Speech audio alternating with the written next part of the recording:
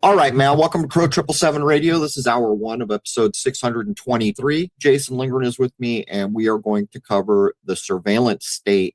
And even in just the last, handful of years, the surveillance in even smaller parts of the country is just ratcheting up.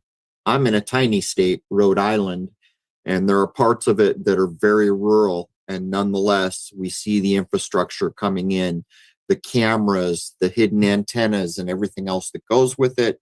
And that sets aside that anybody carrying a phone can be triangulated within a foot, probably, or less, of where their actual location is. And that's just the very surface of it. Anyhow, welcome, Jason. And a rainy good morning.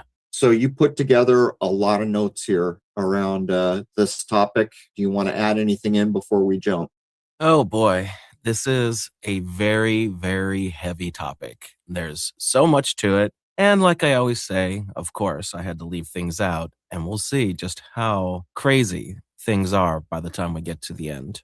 I don't think most people realize, and I can never remember the published date of Shoshana Zuboff's book, Surveillance Capitalism. 2019, I believe. Yeah, I always think 16 for some reason, but it's always later than I remember. I don't know why that is. But if we go back to 2019 and look at that book, most people won't because it's so big, but they have no idea where the state of things was then. And you've got to realize to put a book like that together is going to require years of research. Just to edit a book of that size, probably going to take a year or two, I'm guessing. My point is that the surveillance state and the capitalism that is based on surveillance is here and has been here and being built out quickly. Anyhow, Jason, let's do this.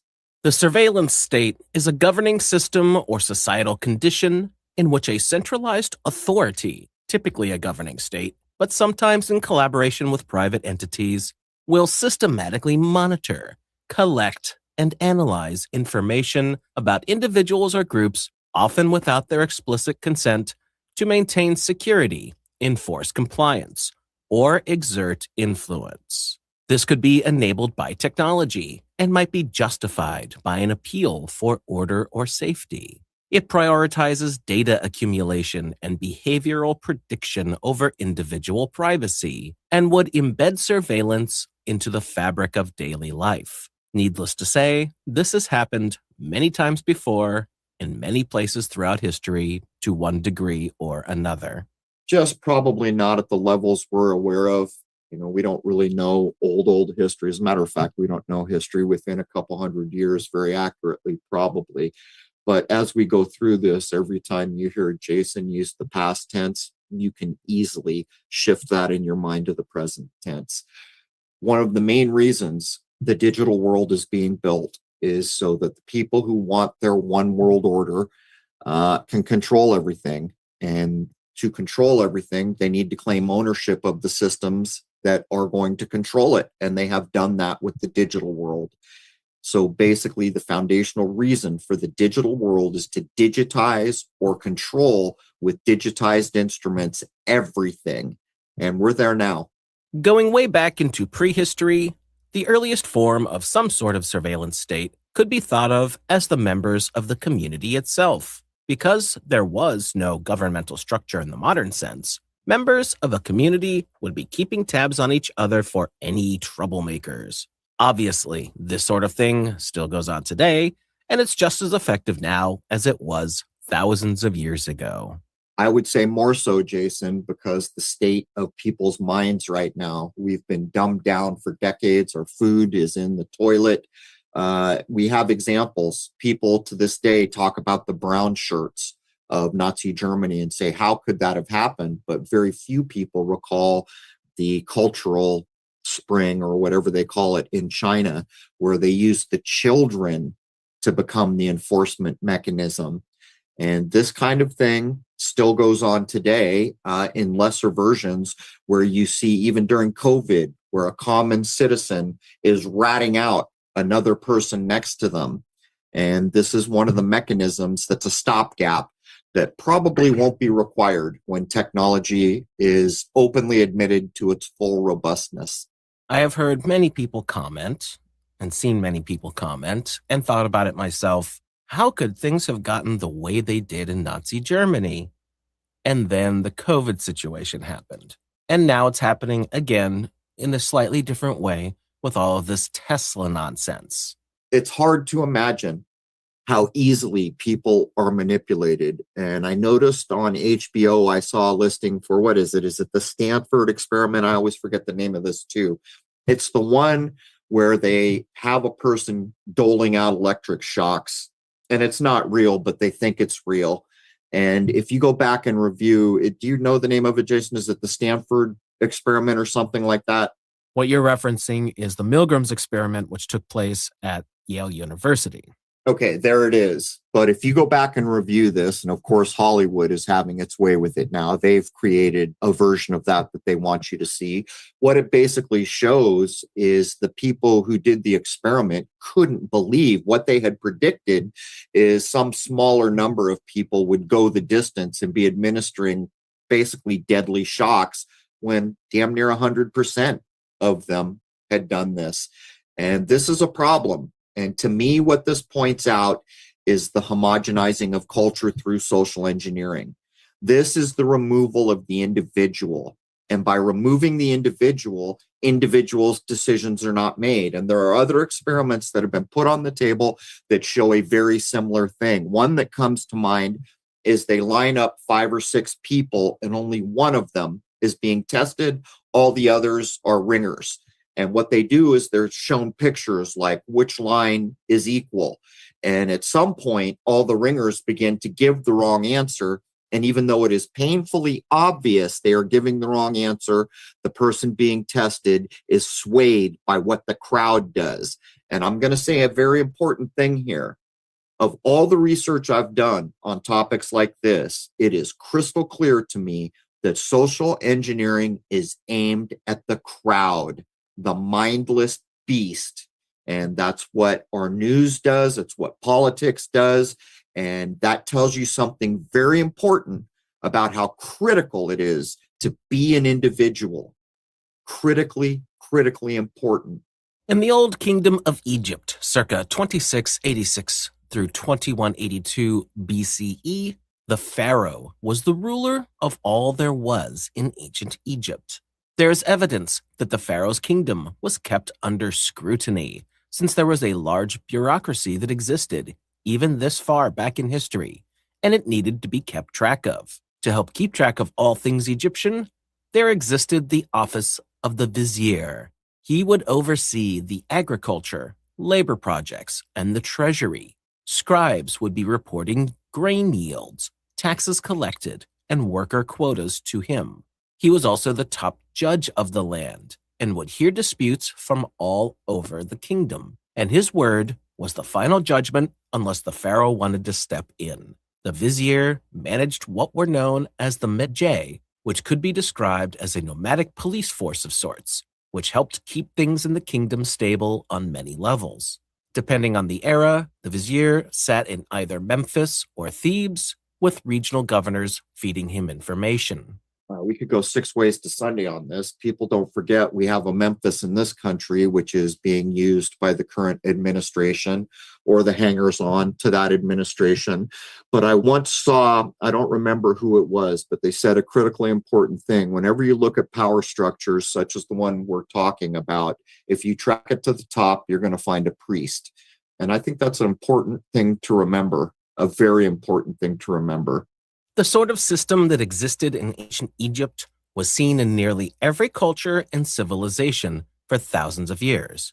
With that being said, let's jump up to the time around the founding of the colonies in America and the American Revolution era itself.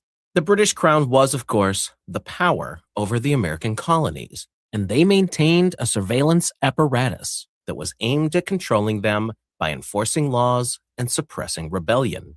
This system was decentralized and was reliant on local officials, with the situation intensifying as tensions escalated toward the coming revolution.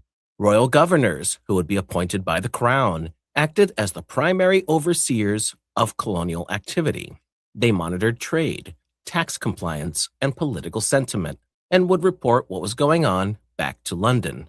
Customs officials, such as those who enforced the Navigation Acts, tracked shipping and smuggling.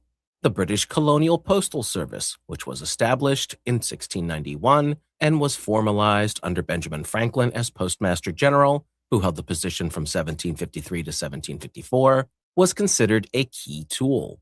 Postmasters, who were loyal to the crown, routinely opened and inspected the mail passing through their hands to detect seditious correspondence, especially after the 1689 English Bill of Rights had failed to curb such practices. Local elites and merchants loyal to Britain would serve as informal spies and report on community attitudes. In port cities like Boston and New York, tavern owners and dock workers would also often be useful informants. The Stamp Act of 1765 required tax stamps on legal documents and printed materials, which necessitated official oversight. This sparked widespread protests. After many riots, British troops were stationed in Boston in 1768, who were tasked with watching Patriot leaders like Samuel Adams and John Hancock. Soldiers reported on mob activity and intercepted messages whenever possible. There's even modern movies that show versions of this. The one with Mel Gibson, where the British are trying to take over the country, it shows some of the people who were made the aristocracy, given lands, titles, being paid off. But the only reason I bring this up is how hard do you suppose it would be in times like now, where so many people are broke, to wave 50 grand in front of someone to get them to do something? It seems like the conditions we're experiencing now would foster such efforts. Plenty of examples like this occurred during the years of the American Revolution. Moving up to the year 1790, the United States of America is now its own country, and the young nation is taking its first steps toward understanding who lives within its borders with a census. The U.S. Constitution, which had been ratified just a few years earlier in 1788, mandated this count in Article 1, Section 2, requiring a head count every 10 years to apportion congressional representation and taxes among the states. On August 2nd, 1790, federal marshals began this rather monumental task, fanning out across the 13 states as well as the territories that would later become Kentucky, Maine, Tennessee, and Vermont. Although it was a rudimentary effort by today's standards, with no bureaucracy or forms mailed out, it still got done, with marshals knocking on doors or riding on horseback to tally up the existing population, although things were recorded in a much simpler way than they are today. It was a bare-bones system that was designed for practicality. Figure out how many people each state had for Congress and taxation, and get a rough sense of military-age men. Regardless, it was the start of the U.S. government systematically accounting for its population, which set the stage for the more detailed censuses and broader data collection that would come later. Very few people probably consider how the census separates us from spiritual life. Jason and I have covered this in many law episodes. I want to say it's 1913, something like that. But one of the things that happened almost immediately is prior to the Census Bureau, you presented your family Bible to prove someone had been born. There's the connection to the spiritual life. Now, it doesn't matter what you think of Christianity or anything else. There is a moral code that goes with any spiritual endeavor, and that's what's being cleaved away from. But we have examples. I mean, the Bible isn't Jesus moving around in one of the stories at a time of census? Rome's doing census back in the day. So in our country, when the census began, it is a hell of a milestone showing the change that is going to rapidly begin to occur. And again, one of the first symptoms of that is separating a tradition of writing family members' names into a holy book which prescribes the morality. That's the separation from truth. That's the separation from nature. And I'm seeing now that the Census Bureau was launched on July 1, 1903, not 1913. In 1837, Samuel Morse unveiled his electrical telegraph, which was a game-changing piece of technology that shrank the world by letting messages travel across vast distances near instantly. The telegraph system used electric pulses to send coded messages over wires. Samuel Morse, along with his assistant Alfred Vail, developed the dot-dash Morse code that is still known today. On January 6, 1838, Morse demoed his invention publicly, sending a message across 2 miles of wire in Morristown, New Jersey. 6 years later, in 1844, the first official message was sent, "What hath God wrought?" from Washington, D.C. to about 40 miles away in Baltimore, Maryland, proving that the system was capable of long-distance messaging. The telegraph was able to link cities and businesses, and eventually, nation to nation. A message that once took days or weeks, or sometimes even months by horse or ship, could now arrive within minutes. Once it was implemented, the technology was also turned to surveillance use. During the American Civil War, which lasted from 1861 until 1865, the telegraph surveillance potential was realized, since both Union and Confederate forces relied on it to coordinate troops and relay orders. However, they also started intercepting each other's messages. The Union was said to be especially good at this, setting up telegraph stations to eavesdrop on Confederate lines. Operators would climb poles and splice into wires, decode the clicks, which turned the telegraph into a wartime spying tool. Ciphers were also developed to protect messages while going about cracking the other sides. The American Civil War showed how a tool that had been built for connection could be flipped into one for control.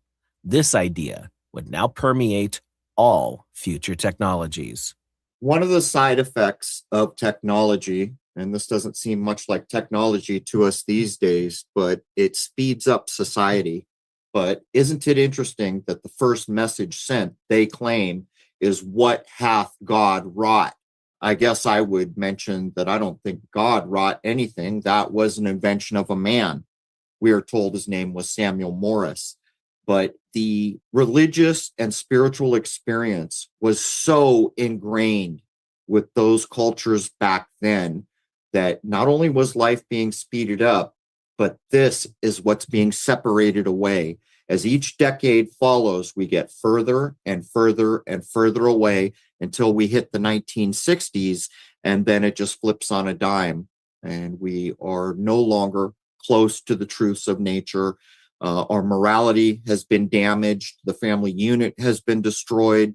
And I think it's important to recognize that technology has been used to help this along for those who are interested in controlling basically large societies.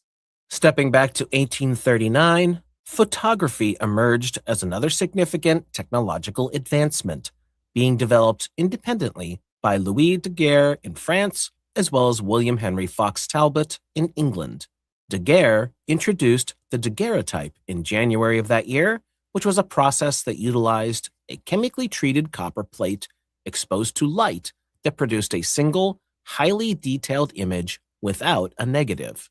Concurrently, Talbot refined the calotype, which employed light-sensitive paper to create a negative that was capable of yielding multiple prints.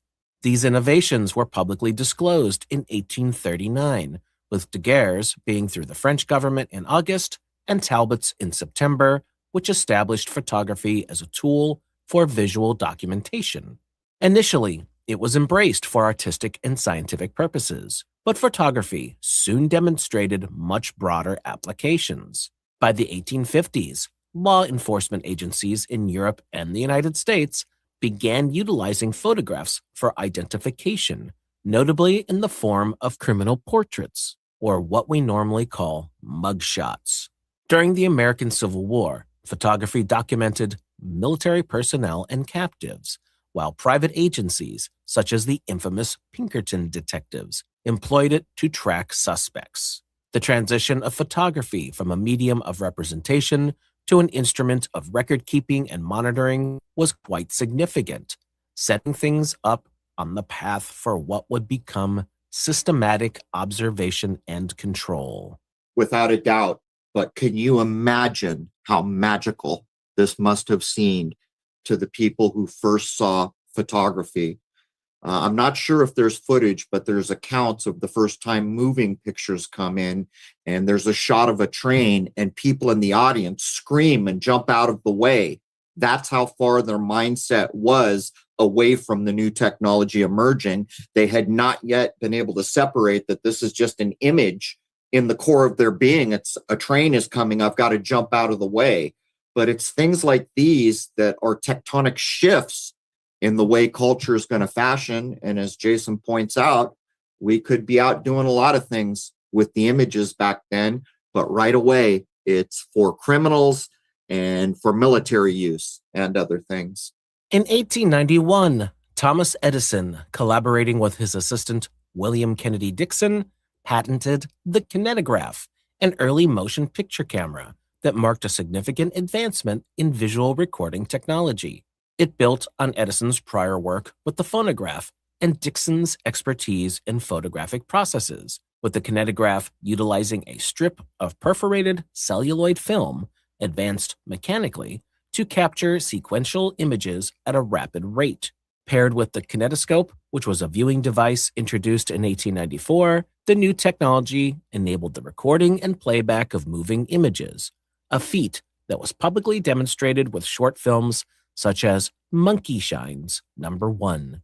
This invention shifted visual documentation from static photographs to dynamic sequences, which broadened the scope of what could be preserved and analyzed. It was initially developed for entertainment and commercial purposes, but the motion picture camera's potential extended far beyond its original intent. By enabling the continuous capture of events, it provided a means to observe and document most activities in real time. While its immediate use was limited to studios due to the early tech's size and complexity, the concept of moving images influenced subsequent innovations. Camera technology continuously evolved, and by the early 20th century, smaller, more portable cameras would come about.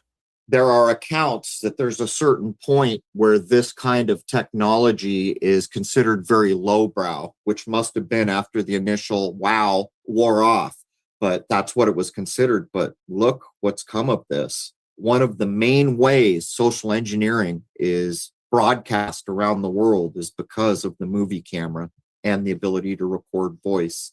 In 1898, the U.S. occupation of the Philippines begins following its victory in the Spanish-American War, which was formalized on December 10, 1898, with the Treaty of Paris, with Spain ceding the Philippines to the United States for $20 million.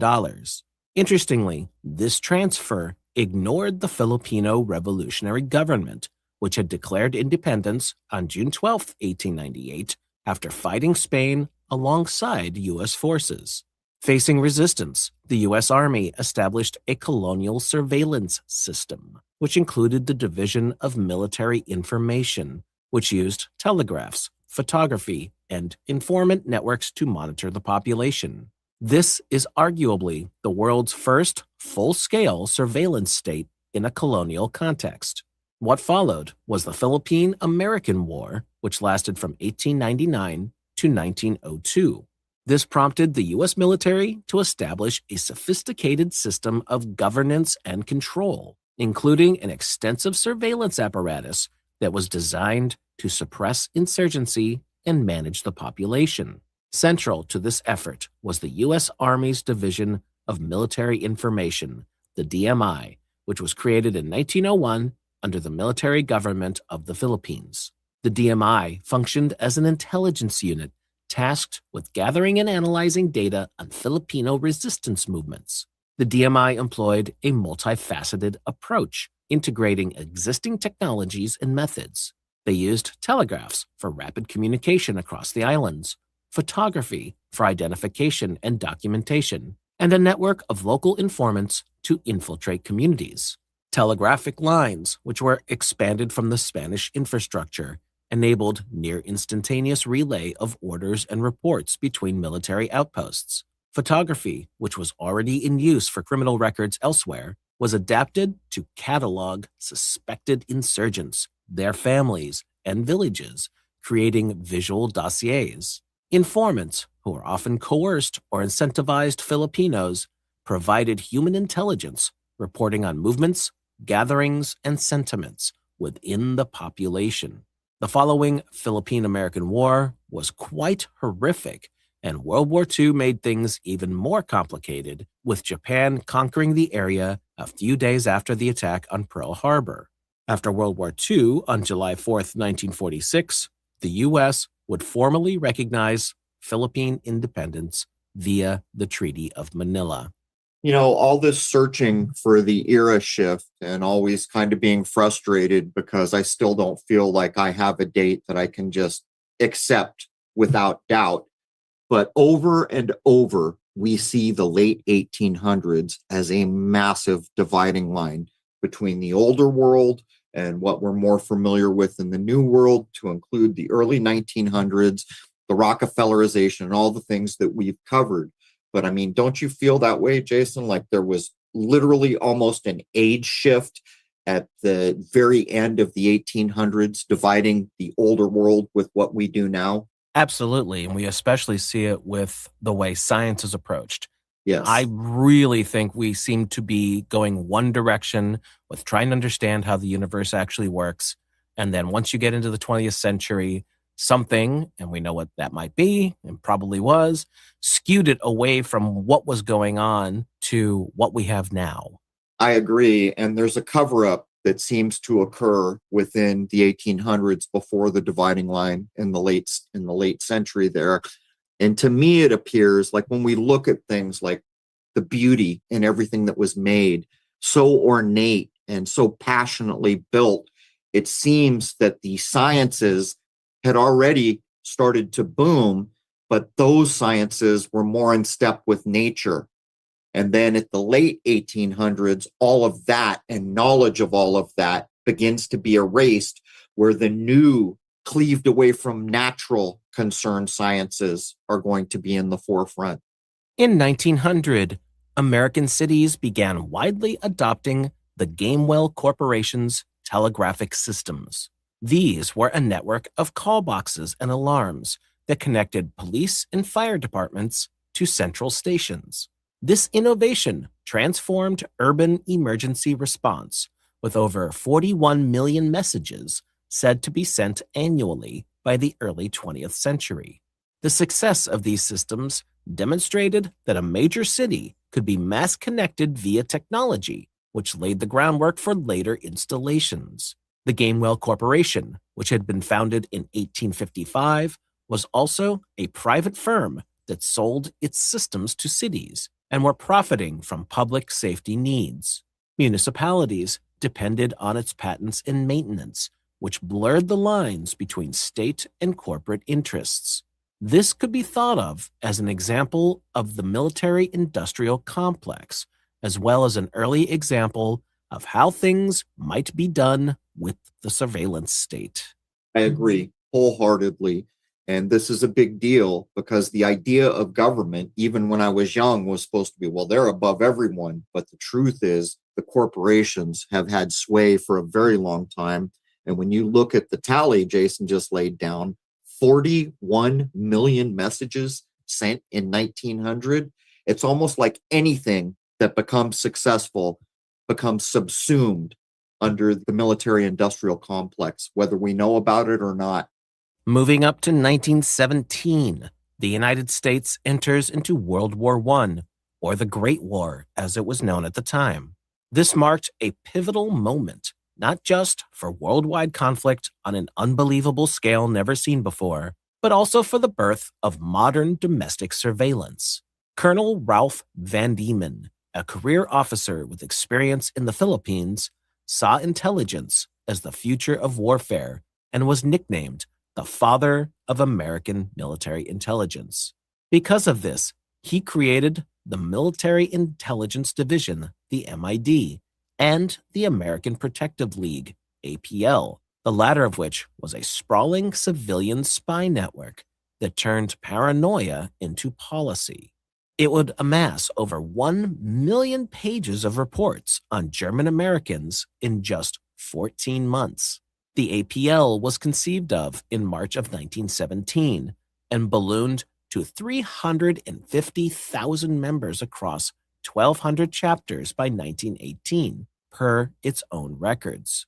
Recruits for the organization included bankers, lawyers, and factory workers, all of which were ordinary citizens who turned into amateur sleuths. They would spy on neighbors, infiltrate unions, and would raid homes, often without warrants. Their targets were German Americans, pacifists, socialists, and anyone un-American. APL operatives tapped phones, opened mail, and staged loyalty tests, for example, pressuring people into buying war bonds. During slacker raids in 1918, they rounded up 50,000 men in New York and Chicago to check their draft status, with most being innocent. The APL operated with tacit government approval, but had little official oversight. Its files, which were brimming with gossip and innuendo, fed into the MID's growing database. The MID had been started in May of 1917 when Colonel Van Diemen had convinced the War Department to establish the Military Intelligence Division within the General Staff. It started out very small with only 17 officers. However, it is said to have grown to over 1,600 personnel by the end of the war, per the Army's records. The MID focused on espionage and counterintelligence, both abroad and in the United States. It tracked German agents, monitored mail, and cracked codes, but its domestic gaze was considered sharper. Van Diemen built a filing system that consisted of hundreds of thousands of index cards that cross-referenced suspects based on tips, rumors, and intercepted letters. The APL disbanded in 1919, but the MID endured, morphing into the Military Intelligence Service. Its tactics influenced the Red Scare of 1919 and 1920, when the Bureau of Investigation, under the rule of J. Edgar Hoover, targeted radicals using similar files and informant networks. The MID and APL turned a war emergency into a surveillance template, acting as a blueprint for what would come later. This is a key paragraph that Jason just read. World War I, even for me, it's like beyond my common sense view that I feel like I have a little bit through my grandparents and parents into World War I. But people like Rudolf Steiner, if you read some of those books, make a big deal out of what World War I meant and the change that it brought with it. Fortune has gone on endlessly with me in private conversations, trying to instill the massive change of World War I and the fact that it was started intentionally, which most people are not. It's just another false flag, kind of, sort of, but that's how it started, by intention. Now, when you follow this through, what you're seeing is that the rights of human beings are being thrown by the wayside with the support of the people in charge. And I mean, words have meaning. It's no coincidence, I'm sure, that the man who starts all this military intelligence, his name is Diemen, just to make a side note. But World War I was a massive change point. And again, here we are right around that dividing line of the end of the 1800s, almost to the point where one would wonder, could people have been treated in this manner in the middle of the 1800s?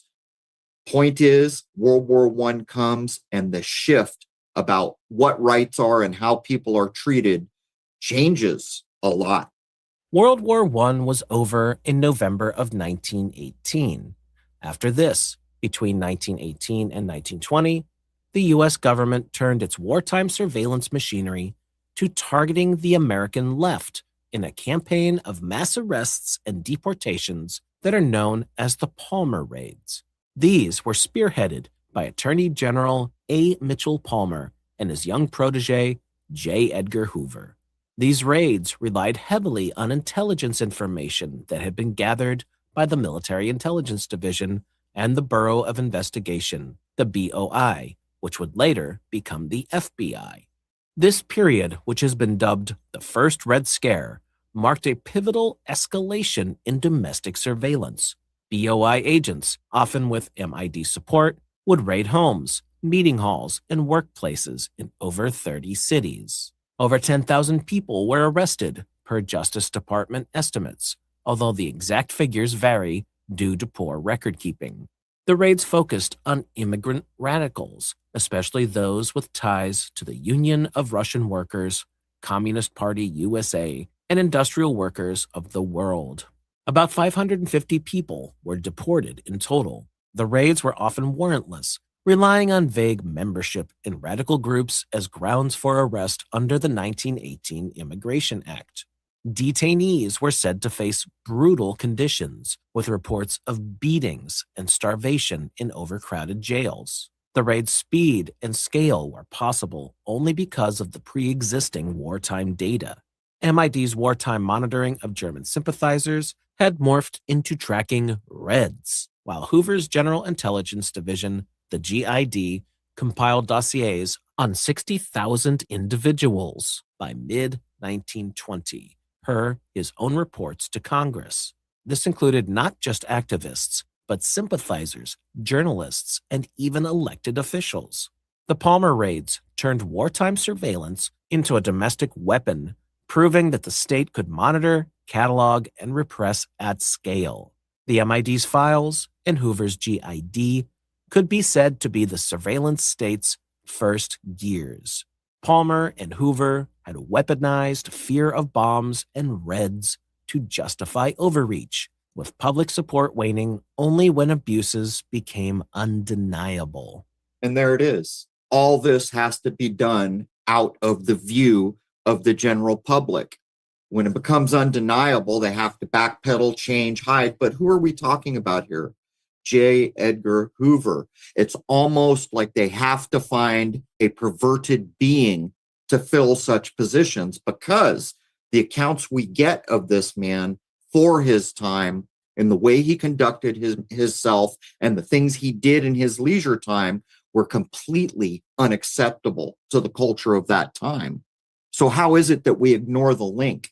We see this today in those special, very rich people with the weird things we hear about, the disturbing parties and other things that are coming to a head now. How is it that all these people with power have this not normal thing going on in their life as compared to the general population? And I would submit to you that when terrible things are going to be done, they're going to put a terrible person in charge of that. At least that's the way I see it.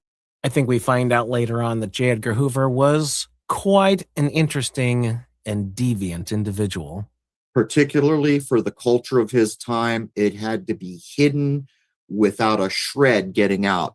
The population at that time still had some moral value. The family unit was still intact, and there was a spiritual tendency at the base of most things done in this country. In May of 1919, the U.S. launched the Black Chamber, which was officially known as MI8 or the Cipher Bureau.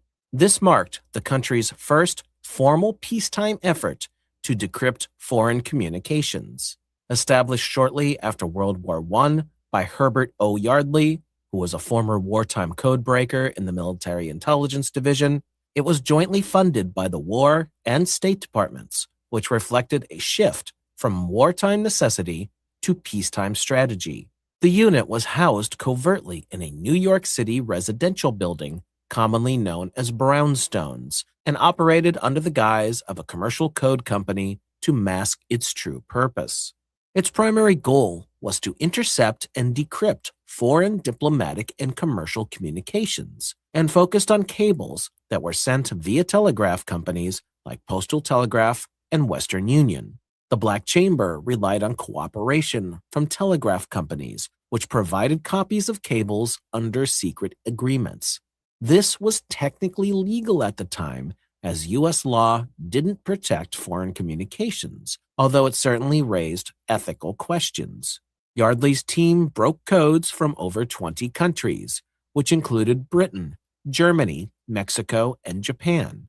Their biggest coup was decrypting Japanese diplomatic cables during the 1921-1922 Washington Naval Conference, which revealed Tokyo's negotiating strategy, which helped the U.S. secure favorable arms limits. By the mid-1920s, the unit was processing thousands of messages monthly and employed about 20 cryptanalysts. The Black Chamber operated in strict secrecy, with no public or congressional oversight. Only a handful of officials even knew of its existence.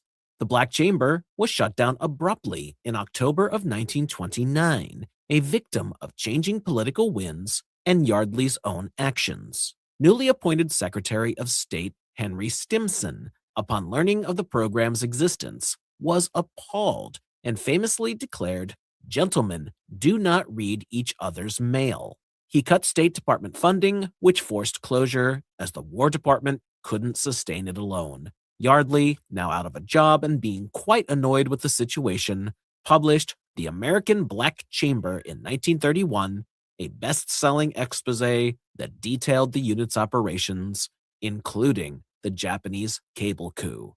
And this was a long time ago. And what happens? You get a guy that actually has some value in the rules and the law, and he shuts it down.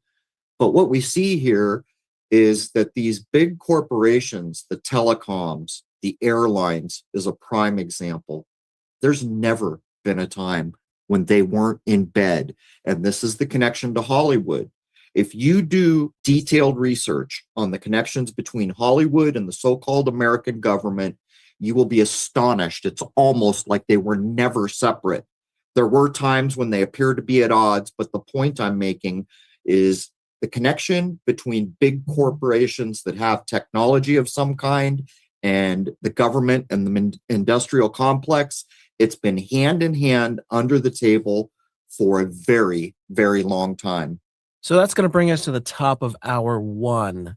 I have to say, when I was going through all of this research, I had no idea how in-depth and how, I don't even know what word to use, just how almost sinister a lot of stuff was going on all the way back in the 1800s and 1900s. There are things going on that very much reminded me of the post 9/11 time.